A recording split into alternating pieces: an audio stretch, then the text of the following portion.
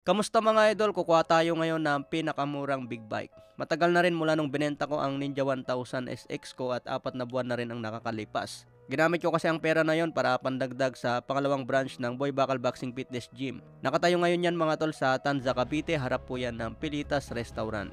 Kung malapit kayo dyan mga idol, bisita lang po kayo sa gym at pwede ko kayo bigyan ng discount. Ngayong araw mga tol, naghanap ako ng buyer sa aking NMAX 155 version 2.1. Model 2023 to at 2,700 odo pa lang. Bago pa lang ito mga idol, binebenta ko lang siya ng 110,000. So habang nag-aantay po tayo ng buyer, kukuha muna ako ng pinakamurang 400cc para makapasok tayo sa expressway. Yung pasok lang sa budget natin mga idol dahil mahal ang mga big bike ngayon. May nag-comment naman sa page ko at sinabi nila na Dominar 400 daw ang pinakamurang expressway legal ngayon. Kaya nagtanong tayo agad kay Ma'am Erica Reyes ng Wiltec Imus. Malapit lang kasi ito sa amin mga idol, Wiltec Imus. Unang tingin ko pa lang sa Dominar swabe na agad ang itsura. Dati hindi ako interesado sa Dominar no. Nagsimula kasi ako sa motor na puro inline 4. So ngayon dito tayo sa pinakamurang 400cc pero matibay at masahan. Base yan sa mga review ng owner. Hindi ko pa subok mga idol kaya masusubukan muna natin. Unang tingin pa lang mga idol pasok na agad sa panlasa dahil matte black. Mahilig ako sa itim kaya swak sa akin to. Bininyagan ko agad ang pangalan na tatawagin ko itong Black Mamba. Kaya tignan po natin mga idol kung ano ba ang meron dito sa Dominar 400. Bakit ito ang isang napili ko ngayon na big bike. Ito yung Dominar. Bro, ito yung Dominar. Maliit no? Pero mura eh. Doon tayo eh. Yung pasok sa budget eh. Dominar mga idol oh. Upuan nyo natin. Unang upo. Malaki din. Oo. Oh, malaki din bro no. Malaki din, tignan siya, ang lambot, naka-assist and sleeper clutch kasi. Tapos meron na siyang crash guard no. Meron na siyang hand guard. Kunin ko to ma'am. Gaganda mga tol. Tapos yung mga big bike nila. To Ninja 650, 400,000 na yan, di na kaya ng budget yan. Z1000, galing na ako dito Z1000 mga idol. So 1 year din ako nag Z1000. Ito versus 1000, napakaganda, laki. Laki, saka versus 650. Z650 ang dami nilang available. Ito maganda. Ito maganda oh. Vulcan Vaquero. No? Ito yung sinasabi ko oh. Pogi din. Saka yung Eliminator. Kaso ang presyo kasi nito 400,000. Mahal. Oh, doon lang tayo sa 200 lang, 'di ba? Mahal 'yan, nasa siguro 800. Opo. Kunin ko 'yan. Kunin mo na nga yan? Pare-pares lang naman ata 'yan eh. Naka-reserve na. Sino sa inyo? Ito o ito? Ito na lang siguro. Ay, ito na lang. Ito yung unang sinakyan ko eh. Kung ano yung unang sakyan, yun daw yung kunin. Unang piga ko pa lang, malambot. Ang taba ng fork niya sa harap oh. Parang burat. Pre, parang burat. Saka invented fork mga idol. Kahit single siya, napakalaki naman ng preno niya sa harap oh. Tapos dual ABS siya, assist and sleeper clutch, kasama na yung crash guard. Masyado atang malapad, ay sakto lang kasi napantay dun sa tambutso. Ganda na ito no. Meron na siyang sariling guard. Tapos may guard dito sa ilalim. Okay na to, malaki din tignan eh. Dami yung tambutso dun eh. Kasama na handguard, kasama na ang windshield.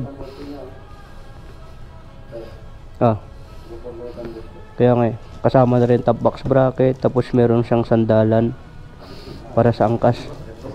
Saka malambot yung pillion seat niya. Malambot yung upholstery niya. Tapos medyo malapad yung tangke. Para siyang MT-07 no, yung tangke. 1993. Malaki din yung gulong. Tapos yung ilaw niya, LED siya. Assembly by Kawasaki. Tapos naka-mono shock.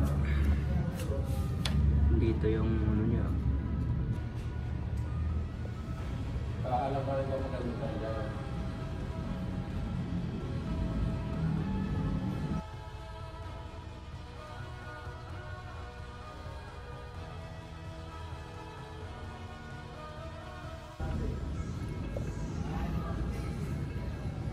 Din, no? Labot ah. Labot ang nagagas. Yan mga idol, iuwi ko na si Black Mamba. Ang pangalan niya Black Mamba kasi ganda ng pagkakulay niya, matte black.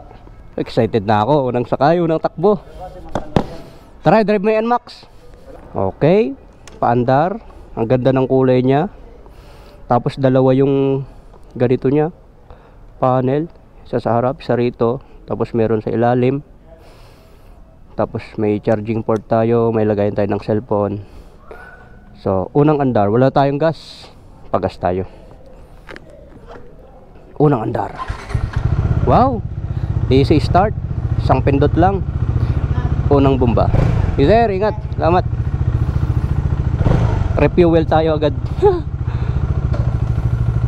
Gear 1. Yun lang. Hindi natin makikita doon yung gear. Dito natin siya makikita. Gear 1. Bagong bago talaga, oh. Okay din tunog, ah. Oh, kahit single cylinder siya. Ayos, ah. Thank you. Ganda ng tunog, ah. Ganda ng tunog niya, ah. May Bristol motorcycle pala rito, oh. Ganda ng tunog, ah. Buo yung tunog niya, oh. Sarap, komportable yung sitting position. Yung preno malakas kumapit kahit bago.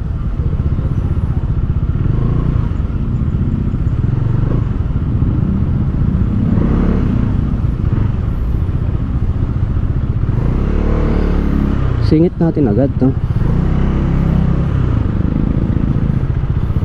95 lang.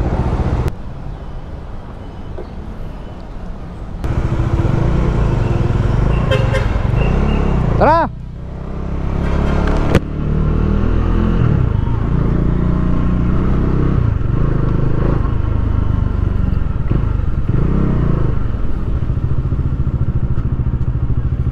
Ang lambot ng clutch niya.